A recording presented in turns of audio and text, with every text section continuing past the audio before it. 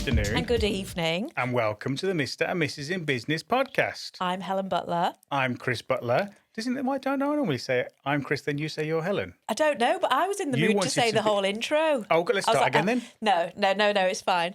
Welcome to Mr. and Mrs. in Business podcast. And what do we talk about on this show? We talk about business. Life. And everything in between. The good, the bad, the ugly. You know, we're not these, we've got a few businesses and we're on our journey for hopefully becoming, this time next year we'll be millionaires type of thing. But we don't have carers and nannies and gardeners and chefs and all those things that all your fancy entrepreneurs have. We do it for the love of it. For the love of it. And so we can work together, but now we don't so much. We don't, yeah. So we talk about all things on this channel, don't we? We talk about what it's like running a business, marketing, things that work for us, things that haven't worked for us, marriage and life, and what it's like working together, being husband and wife. Yeah. And hopefully a few people get to learn a few things along the way, maybe a bit of a laugh at us. I mean, with us. Yeah. Let's get it right. Let's get it right. We're not precious. And it's been a bit of a weird couple of weeks, hasn't it, since we've been last on the airwaves? Yeah, on the airwaves. All right, Dad. This is pirate radio. Coming to you, 1 2 1 2. Remember them? Oh yes, DJ Decker. Anyway, back to the day job. It's been a weird couple of weeks. So I don't know if she's. Well, I'm going to tell people. Go on, just tell them. So you got bunged up a couple of weeks ago. This last Sunday, you couldn't release. I had some inner issues. Look. Don't go into No, I'm not. I had some couldn't, internal issues. Yeah, you couldn't release. Yeah, and I was told to go to A&E. I wasn't going to say that bit, but now you've made yourself well, I was there. We will quickly whiz past that bit because you lot might want to know, but Helen won't want me to talk about it. No, not the details. No, but so that was last week, and then this week I've had the total opposite situation. I've got food poisoning, and I can't control it coming out. Okay, well that's just too much detail. I didn't really want to say all that. Everyone wants to know the truth, what goes on. So this is my. Either way, mine was worse. I was hospitalised for a full day. Let's not go there because you weren't hospitalised at all. I mean, well, no, we spent the whole day in hospital. You won't want people to know the truth anyway, on that but one. you've got to be the drama queen now. No. So unfortunately, you've been off this week. Okay. This week is my first day back. I've been working from home, but this is my first afternoon actually What's your in first the office. hour back in the office? Yeah, because we literally were like, oh my God, we've not got a podcast scheduled for this week. Yeah. So for those that listen regularly, we do every 2 weeks, and we've been doing a lot of guest ones recently, haven't we? Yeah, they've been fantastic as well. I've really enjoyed them. Yeah, and so we mix it. So we do a guest one, and then the next one is just me and you. And it was like, we went to do it last week, and life just got in the way as it does, because obviously we do all the editing as well, and it takes so much longer when you've got to do all that stuff. When you just got to turn up to film it, easy peasy, an hour done. It's all the stuff that goes on behind the scenes that seems to take forever. But anyway, and then it was like, oh my God, we haven't done one for this Friday. So it was like, whether you're sick shitting or not, part of my French, I'll have to bring in a portaloo. I'll have to sit on it and we'll have to do it. It's a fancy portaloo you sat on there. Luckily, I've stiffened up.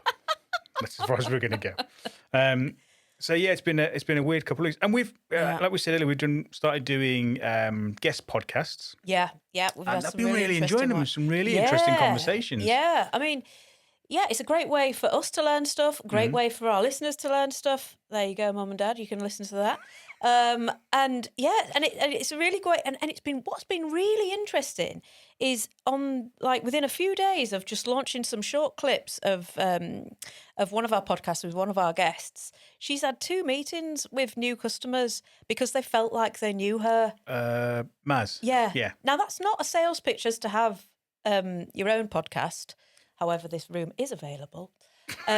She can't help herself. But it really does allow people to get to know the real you. Like somebody, she kindly let us know about this. And so they arranged a meeting because they felt like they could relate to her a lot more. They'd connected with her, didn't they? They felt very, I won't go into details because it's private between them, but it was just really interesting that they felt like they could relate to her because she just had a candid conversation with us on camera, and somebody really related to it. And I think it's interesting, if it's not scripted, you do go off on a tangent on your own conversation and your real personality and thoughts come through. And luckily, we haven't had to cut anything out of anyone's podcast as of yet. Now you've said it. Now you've jinxed it and said it, haven't you? Well, we'll have to cut out the conversations about, our internal issues. No, look, people want to know these things. This is the gory stuff, the inner workings. The good, the bad, the ugly. Exactly that. But no, there's not. I mean, we bang on enough about the advantage of podcasts, and if you haven't learned that already, then you're probably not going to. So it's not a sales pitch by any means. But if you don't have one, you should seriously look at doing one, even if you do it from home. Or going on someone else's as well. I mean, there's lots of opportunities if they out have there. spaces. Podcasts are fantastic, and if you're not doing it, you're going to miss out seriously. So, but that's not what we wanted to talk about today. But so we've been doing lots of guest ones, which has been fantastic. Sorry, I lost my thought for a moment there. And we've had, so we opened up the floodgates a little bit, didn't we? Because we said to people, put some posts on LinkedIn, and a few episodes ago, we said, if everyone would like to be a guest, please get in touch. Yeah. And we have been, and I shit you not, no pun intended, inundated with people saying, we'd really like to come on. We could talk about this. We've got this opportunity. And it's been amazing, but it's been a little bit overwhelming, I think, because we weren't expecting it, to be honest with you. Well, I certainly wasn't. Yeah. And so we didn't have any systems in place, any processes in place for dealing with it and stuff. So now we've created like a form and that sort of stuff. But I mean, already with booked in podcast guests, I think we're running up until about October, November. Yeah. It could be the end of November now. Yeah. Which is incredible. But we've still got loads of people that have been requesting that we haven't been able to book in yet. So just want to say to anyone that if you have filled in a form, we're really sorry we haven't been able to get you on yet. It is our intention too. We just haven't got there yet. We are looking at ways we can change things around a little bit. So we're building 2 more studios at the moment. That one of those studios will be able to hold 5 people, and we're considering the idea of doing like group sort of sessions or whether we do these more frequently. We don't know yet, but it is our aim to get everyone that has requested to be on the show because everyone's got a story to tell, right? And it's not about us getting the biggest people on here. It's about people being able to tell their story, whether they're interesting people, a new startup or whether they have been going. I mean, that's actually the thing. Actually, we spoke to somebody. Somebody's coming out soon. There's a very small team that have not been going too long. And then we've got another guest booked in that are the largest provider of what they do. I think they said they're like the 6th biggest in the country for just one of their services. We're not going to say who it is yet because it's not fully confirmed. They're going to have over 500 staff in the Black Country alone. I mean, they're huge. If you don't know them, you've been living under the rock kind of thing. So, and that's the kind of contrast of people that we're getting on the show because it's the story that matters, not the size of the organisation. And everyone's got a story, haven't they? So, and that can bring value in such different ways to such a variety of people in and out of business. And that's what we want to offer, isn't it? And like you say, you can get that from small teams as well as large teams and in all different sectors. Yeah, so and you've just got different points of view on things, right? So it's great for that. So just wanted to say that at the beginning, really, if you have submitted, thank you. We really appreciate it. I think I've emailed everybody back to let them know the situation, so apologies if I've missed you. But it is our intention to get you on. It's just not quite sure how and where. And if anyone that still wants to be part of the show, please do continue messaging in. We'll figure it out. You know, this is what I would say is these are the great problems to have in business. Yeah, because it's finding people that we could, club together and have as a panel, which definitely even brings more interesting conversation. I've been to a couple of events recently and they've had a panel of completely different people. Some of them have worked together as well, so that brings new conversation. And it's really interesting to see how different people have helped other businesses with their services and what struggles they were having, what they got out of it. So it's definitely an interesting way to have conversations. So I'm looking forward to those as well. Yeah, absolutely. And I would like to ask our audience something. So I don't ask anything of anybody, really. It's something that I need to get better at because it's a great way to learn, right? Asking questions. We'll ask questions, but I'm not very good at asking for help. Yeah. Should I say. So we've been doing this now for 2 years, really. We did season 1. We took a long break. Yeah, we did have a really long break. We were on a break. We're on a break. Yeah, we were on a break. That's Friends. Yeah. For about a year, I think, actually. Probably close to. And then we started again this year, and we've been now really consistent with our approach. And we are getting genuinely across all the mediums that we put the podcast out, which is that video and all the your audio channels like Spotify and Apple and Global and all that sort of stuff. We get hundreds of listeners a week, which is absolutely amazing, far beyond what we ever thought we were going to get from this channel. So thank you to everyone that listens and watches. But when you look at our sort of like subscriber numbers, They are so low. I think everyone struggles to get people to subscribe. That's why everyone says like and subscribe. We don't do that enough. Like and subscribe. Well, I'm going to ask. And the reason I'm going to ask, okay. right, is not necessarily for us. It's because we get so many people. I mean, I probably spend a couple hours a week now, maybe every 2 weeks. But yeah, I spend quite a considerable amount of time answering questions from people that have just DM'd me or emailed me because all my information is public and that sort of thing about, you spoke about this sort of topic. I've got a similar issue. What would you do? And it's not that I've got the answers because I haven't, but sometimes people just like to talk. And they obviously know that you're going to be open about it. Right. And share. So that's great. And so I've realised that what we set out for this channel to do, which was to educate and help business owners not feel alone, because it is such a lonely feeling place, that it's actually really working. So I want to reach more people. And the best way to do that, as we all know, and if we don't know, again, we've been living under a rock, these channels, whether it's podcast channels, YouTube, social media, they all like engagement. And one of the best ways you can engage in our content with podcasts is to subscribe or add you to the list. And also to share it with people that you think it'll be valuable to. Yeah, but you keep interrupting me. Sorry. Trying to do a thing here. Well, we haven't trying had to time. connect with people so they do something. And you keep interrupting me. We haven't had time to discuss. She can't help herself, honest I'll have to me God. coffee. Yeah, drink up and shut up. That sounded like I'm putting you. Now I'm going to get people writing saying, "How dare you talk to a woman like that?" Oh, we're joking. Right. Christ, I can take it. She's ugly enough. I mean, she's ugly enough. However.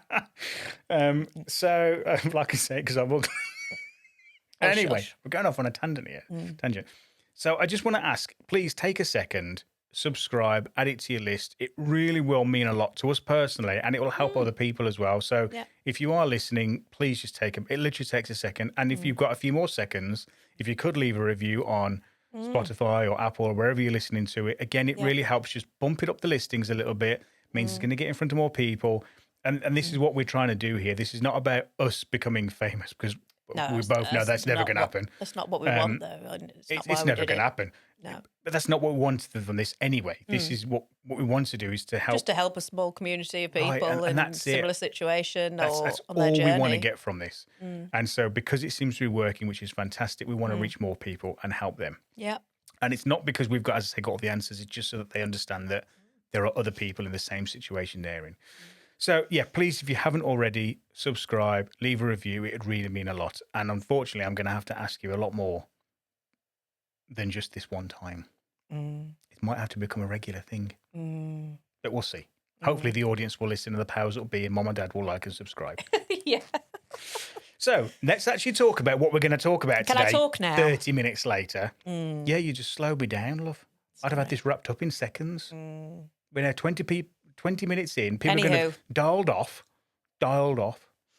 So this week we're going to talk about I put a post out week before, I don't know, recently on LinkedIn about the fact that we had done something really quite powerful over at Thread a Pixel. Yeah. And we looked at our turnover from January to the end of May this year, 2025, and compared that directly to what that looked like in this time last year. That time last year, so Jan to May 2024. And we were up 27% on our turnover, even though everybody in the team... With the same staff.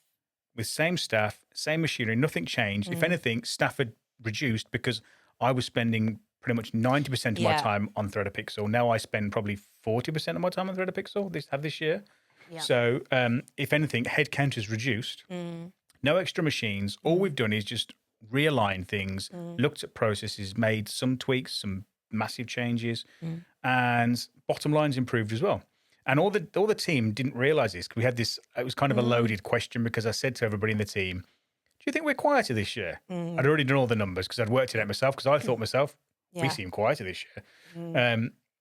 And they said, yeah. And when I explained it, they didn't actually believe me, or you didn't believe me. And it was only when I started explaining, well, do you remember that change we made? And because I'd worked all this out, and you were like, oh yeah, well, that's the impact of what's happening now. Everyone was like, oh my God, that's amazing. And that process. And I think people become more sleek as well, don't they? Well, as you improve the processes. Yeah. So absolutely. It's been So interesting. We wanted to discuss probably one of the biggest things that we did that probably had the most impact, but it wasn't one thing. It was a process that we looked at, or it was our approach, I should say, actually, to the whole thing and what that looked like and how we did it and how that got us to where we are today. And that was because I don't get involved in all of the everyday little bits. The account management, yeah. It's a lot easier for me to do this than it is somebody who is really involved in the detail. So I do think if you're really involved in the detail, bring somebody else in, even if it's an external body or even your partner that doesn't work in the business, or if you've got someone in the business, great, who is not as involved. And I want you to look at everything. And this is what we did. We looked at absolutely everything that we did. And we haven't finished this exercise, might I add. But last year, we spent a lot of time looking at processes and systems and that kind of thing.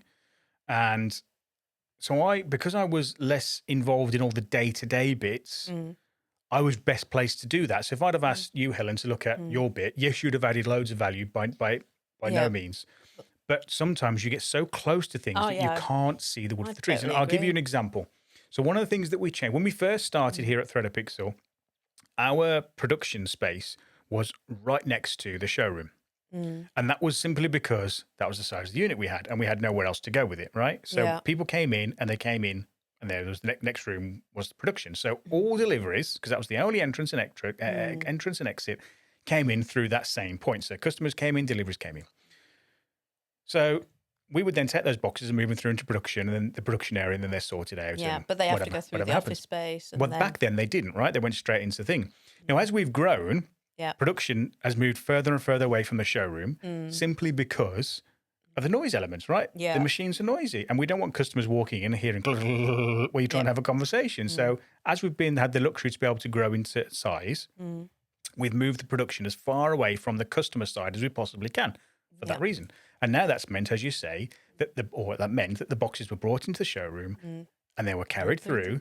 And we've got we've got an office dog, so we keep the door closed because not everyone wants to be attacked by a dog, unless she would attack you, but she likes to bark. Yeah. And it just becomes a bit of a nightmare. And some days you might have a couple of pallets of clothing and boxes delivered. And it's taken through, and all right, it might only take 5 minutes. But it's the point of what are we doing? And then we looked at it and said, well, hold on, why don't we get those parcels now delivered around the back? Because we now have a back entrance that leads straight into the production area. Yeah. And so we've started to do that. Yeah. And so that's straight away. We didn't do that before because that's what we'd always done and we never looked at it. It's just, well, okay, I'm coming through the front. But now they come through the back. I'm not going to mention the issues of how to DPD. They seem to be able to get that through their thick heads at the minute that we now have parcels around the back, not around the front. Yeah, even though the delivery has changed to say, oh my God, back entrance deliveries. But on every single delivery guy, it's always their first day, so they don't know. Oh, it's driving me insane. There we go. And we've still got issues now. But once all that's ironed out, that will become much slicker. Now, that's something that might only save 5 minutes a day. Yeah. If we've got loads, like a couple of pallets of parcels, it might save 20 minutes a day. But it's not a huge saving. But that's the point. So it's just such little things that add up. Right. And it sometimes is loads of little things that add up. One of the other things that we did was the quoting system. Yeah, that's I don't know great. if you want to talk about that, because otherwise it's a podcast of me talking. Yeah, well, I mean, we're really lucky in that you're very techie. So we kind of say, oh, I think I'd be a bit quicker if I could do it like this. And you're like, oh, let me see if I can develop that for you and have that developed. And it is fantastic having that in-house. It's brilliant. So, yeah, of course, when we put the quotes together, we, manually find out how much a top is if they're having 25 tops, how much it is for the top, how much it is to have the logo put on 25 garments. Is it a large logo? Is it print? Is it embroidery? So what price is that? And they're all different prices. So then we have to, manually work that out and pop it in. Mistakes can happen, with typos and things. And, you could put a wrong price in. I mean, it doesn't happen often, but it takes time to work that out.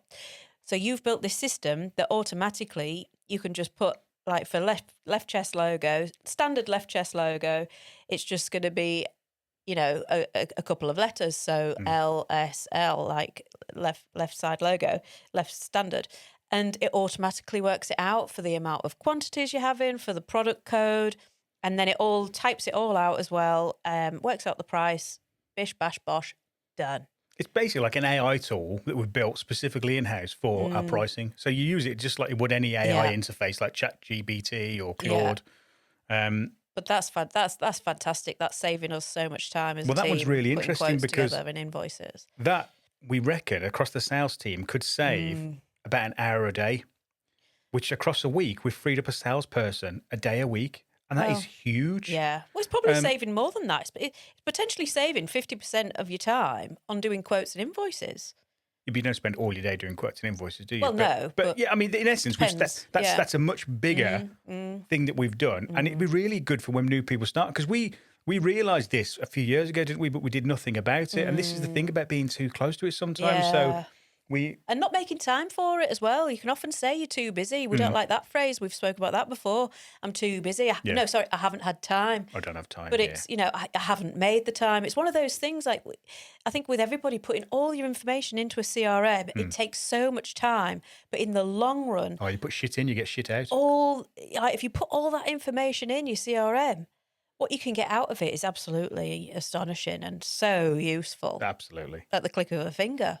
So when we first started, it was just me and Helen. So you did all the sales. And so you had all this information in your head, and that's just grown with you across. I'd know every single customer, every single code of the items that they were ordering. So that's just grown with you over time. And so when we hired our first salesperson, other than you, we had to then educate them. And we didn't realize at the time that how much there was that you actually knew in your head. And then we knew then there was a problem, but we never looked at going further than, well, that's a problem. Yeah. And then the team's grown, and we've just sort of taught them as you learned, and it's some that's picked up really quickly, some has taken a bit longer, but I wouldn't say anybody other than you knows all the pricing inside and out. And so that was the point to this tool, was that it makes it really easy for new starters. Yeah. They don't have to learn every single price because it's built into the CRM, which is on their mobiles anyway. So when they go and see clients, they put the CRM on their mobile, but think, right, that would be the price for that item. And it's really complicated as well because our suppliers make it really complicated. So they have pricing based on sizes. So if it's like a 5XL, it'll cost more than a medium. Some of the colorways might cost more. And it's so awkward. And our customer group just wants it. What's the price? Yeah. I want 10 T-shirts. I ain't got the time to work out, was the white one cheaper? Is the medium cheaper? Yeah. What's the price of a T-shirt? So we keep it all the same price, keeps it nice and simple for the customer. But that means that's more stuff we have to remember or we have to check and work out. So that was a big change. Took a lot more effort. Took us a few months, and we're still in development. development's finished, as in that it's being trial tested. mode. Being so tested. you guys are feeding back, and we're hoping to wrap that up in the next few weeks. But that was a big thing.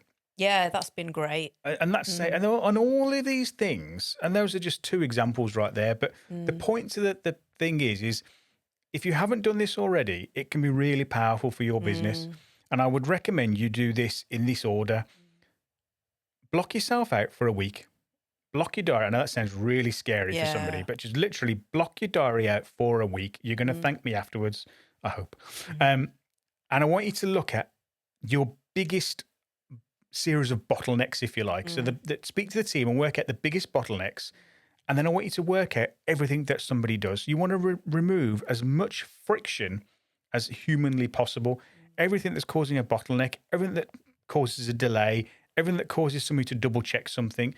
If a human being's doing it, is it being checked by all of those things? And then start really thinking about how you can make some serious changes. And sometimes you'll be able to come up with some really simple things like moving the deliveries around the back instead of the front. Other times they might cost money, but once you know, you can make a decision, right? If that's worth me investing in or not. But if you don't know, I mean, for us, like I say, 27% increase on with less resource. And we haven't even scratched the surface yet. So I think it goes to even more than processes as well, doesn't it? Like we've also looked at the type of customer that we work with, the type of customer that we're looking for, and also going as far, which has been really hard for me, in saying no to some customers. You know, at the start, for the first few years, I'd say yes to everything and just take everything on, knowing, well, you knew straight away, but I'm just a people pleaser. And that you were just like, you do realise we're barely making anything on this order because of the time we've had to take to redraw this and set this up and check with them. And they've ordered a top. Yeah. And the team alone have spent this amount of hours on it. So yeah, it has been hard to say no to the orders that just don't suit us and our processes and team really. But everybody benefits in the long run, really, because, you know, they can go to somebody that wants that sort of business, and we can, you know, focus on helping the customers that we work with best, that we can help with all their needs, really. Yeah. Another really good one was the team and getting the team involved in the journey. Yeah. And that's something that we've gotten better at as the years have gone on. So at the start, probably hands up, I probably wasn't, well, I was always good at keeping the team in the loop, but I probably wasn't very good at painting the picture of where we're going. The goal. Yeah. Yeah. So we'd always have we've always done monthly meetings, and when we're really busy, they might lapse a little bit, but we generally try and stick to a monthly meeting for the team. And it just gives a little overview of what we're doing and what's going on and major issues. Every department talks about any issues they've got, how can we resolve them. Those meetings are an hour only because no meeting should last more than an hour. Very Ding, strict ding, ding. on that. That's one of my rules. One of my many rules. But I wasn't very good at saying, well, this is the journey and this is the end goal. This is what we're aiming for and this is how we're getting on towards that. That was what I wasn't very good at. And that's something I've gotten better at as the time's gone on. And I think that's really helped as well because people can buy into that. They know what they're doing it for. Yeah, they understand,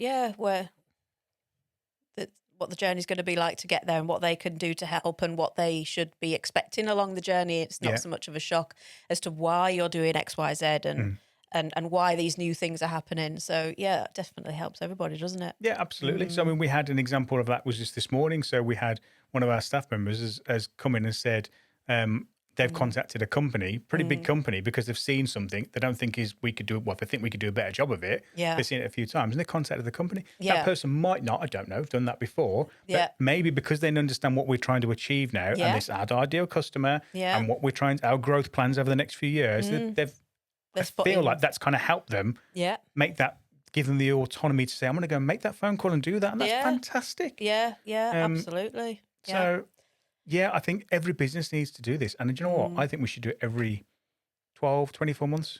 Do it again because things change. Yeah, I mean, God, things change. Yeah, I think it's really important more now than ever.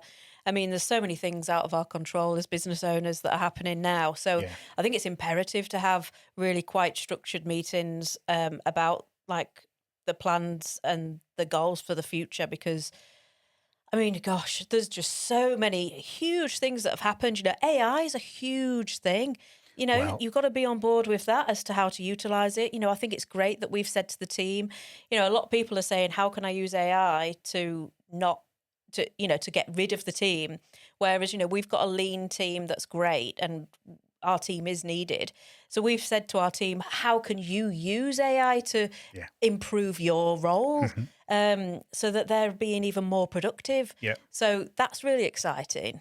And I've got something really, well, I'm a bit of a geek, but so we have quarterly dinners, catch-ups, I don't know what you call them, but basically every about 2 or 3 months, there are 4 of us that get together on an evening and we go out for a bite to eat, a couple of drinks, and I'm going to say who they are because they're great people. So there's me, my wife, obviously, not so great. Sadly. And then we sit down with Maz, who was on last week, a week before. Yeah, from Safety Forward, Health and Safety. And Carl from Tech Care.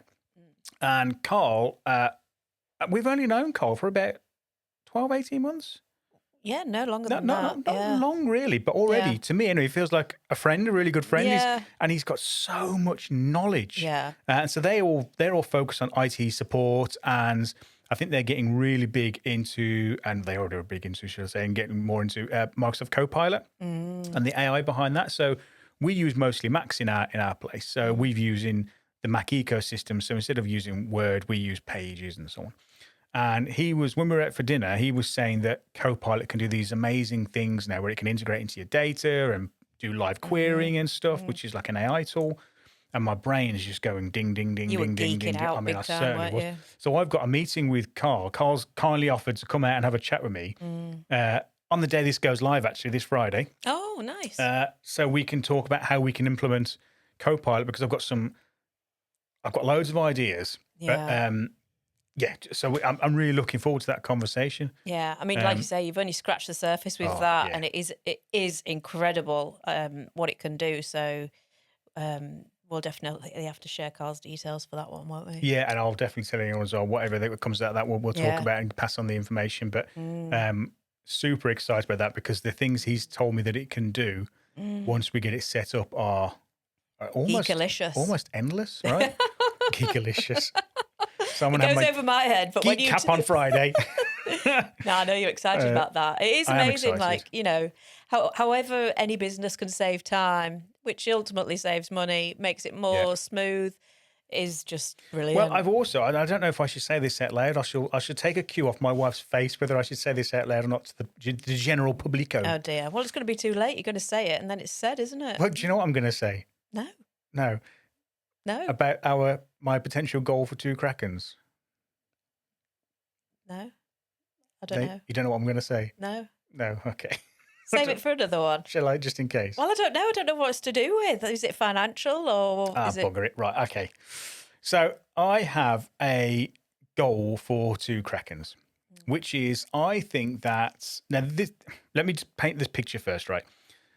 Teams are valuable for companies, right?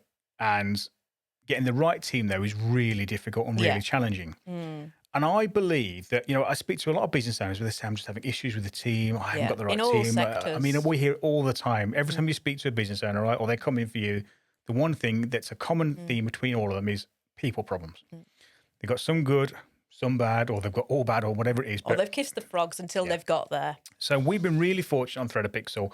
We've kissed a lot of frogs, but now we have an awesome team. Lean team, as we keep talking about, but that's really important. But we can do that because they're so awesome.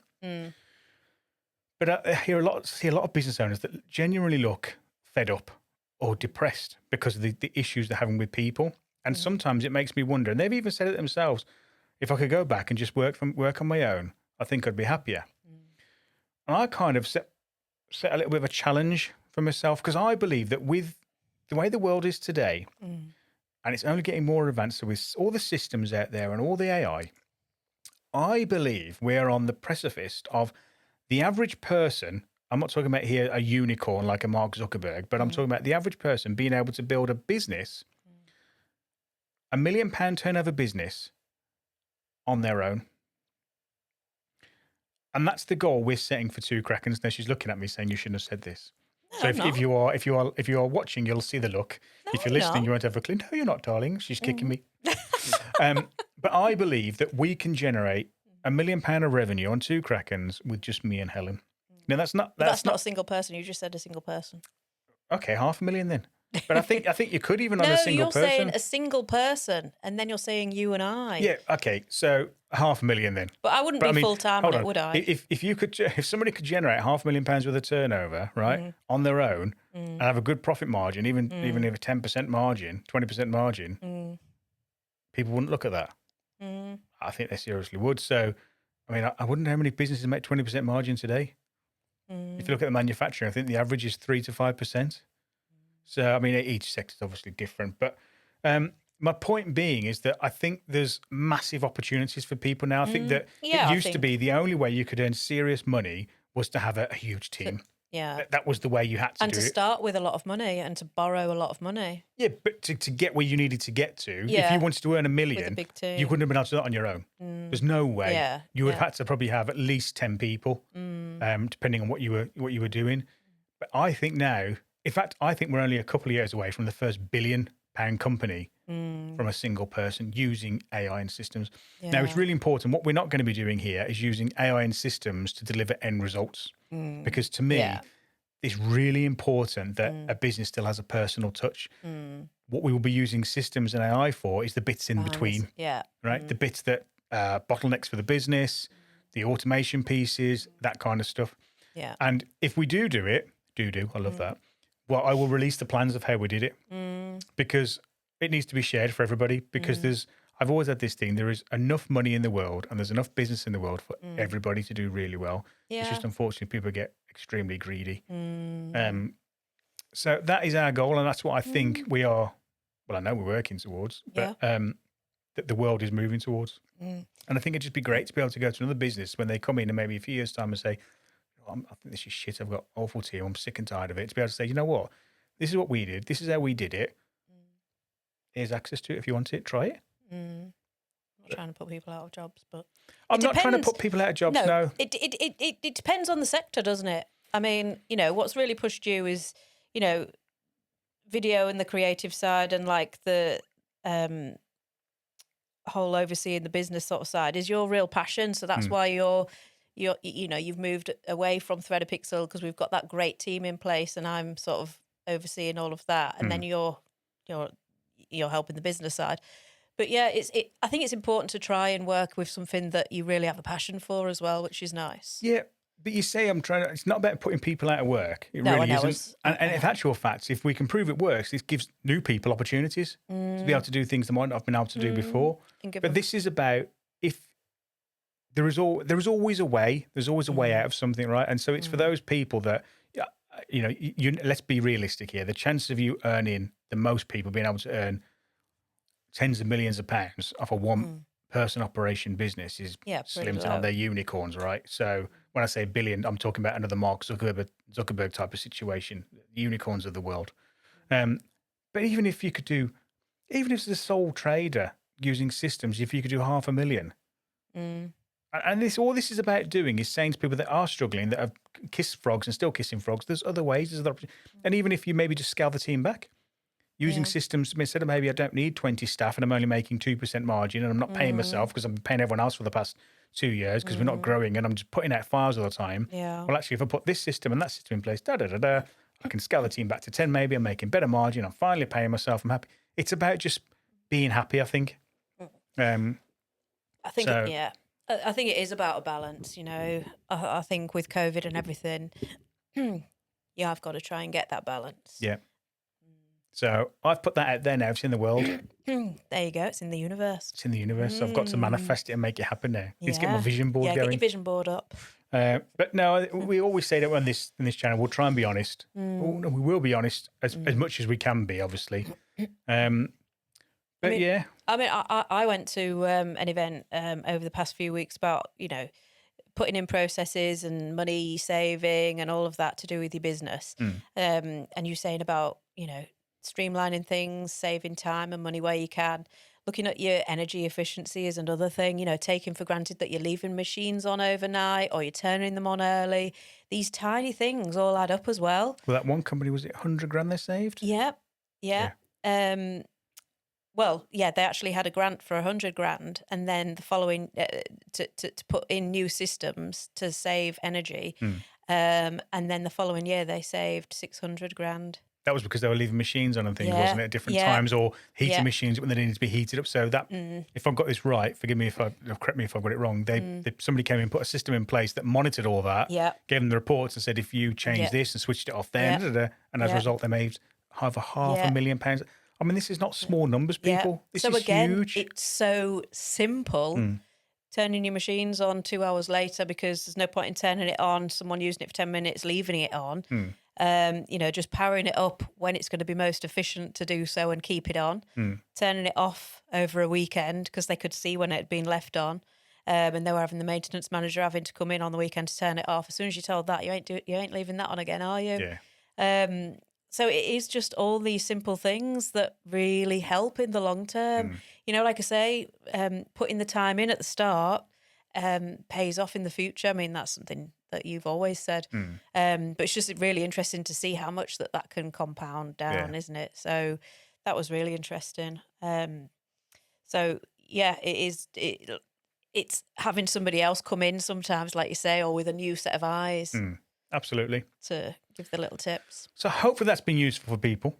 Hopefully. You may have noticed if you're watching, we're in our new studio again. We're going to be moving around a little bit over the next few weeks, just because we've got some building work going on where the old studio is, where we're building the 2 new studios. So we might be in there a little bit more.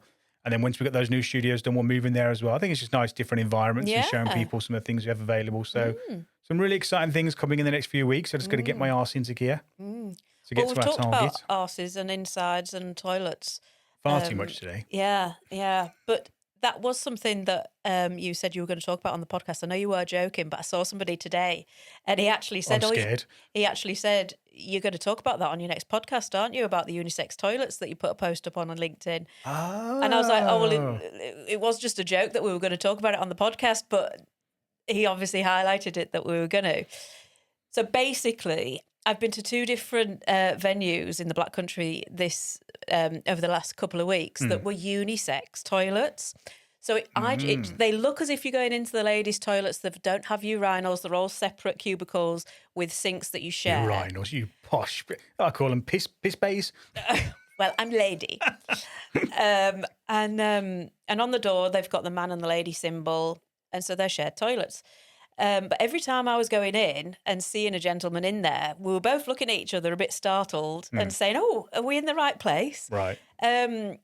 And it is an interesting one. Like, I can see why they're doing them, with this gender equality and people, mixing together. And is it cost saving, or is it space saving, or is it just trying to get everybody communal? But I put the post up on LinkedIn just because I found it interesting. But I had a lot of really interesting comments. I mean, generally, the consensus was that ladies didn't feel comfortable being with the gents. They feel it's a private space and they don't want to have men in there. And equally, one of the guys had commented saying, that is my sacred time. Yeah. I will be loud. I will be smelly. I will be noisy. And the ladies will not appreciate Men, we that. do not do that. Don't let the ladies know. And again, fair enough. So I don't want to share with that. So does that mean then ladies go in and try and be quiet? Ladies don't poop. Oh, yeah, if you like. So Don't poop. My arse. But yeah, I often have a chat in the loos when you're washing your hands or something you with the shitting? lady, with the ladies, and you check yourself in the mirror and things. And I was checking myself in the mirror, thinking, oh God, I hope a guy doesn't come, going to look like a right loser. So yeah, I did feel a bit sort of strange there. So what's your thinking then? Do you think they're good or bad? I think I'd probably just prefer them separate. Yeah. Just because I think everybody at this moment in time feels a little bit uneasy. But a few people commented saying that this is very common within Europe, and it always has been for years, having shared toilets. So that's interesting. But there were some interesting points about when it's children. Like, our son's 11, and as they're younger and they go in their toilet with you, it can be awkward if you take your son into the ladies' toilets from a certain age. Do they get looked at funny, and do they feel silly going into the ladies' toilets? And equally, when they start going to the toilet on their own, some ladies had commented saying, "I wouldn't want my daughter to go to the toilet when she's 8 years old and there's men in there." But that would be behind a cubicle, though, wouldn't it? I mean, you're not. Yeah, but still, you're sharing not sat here sinks. like this. Yeah, but you're still in a very small, confined room.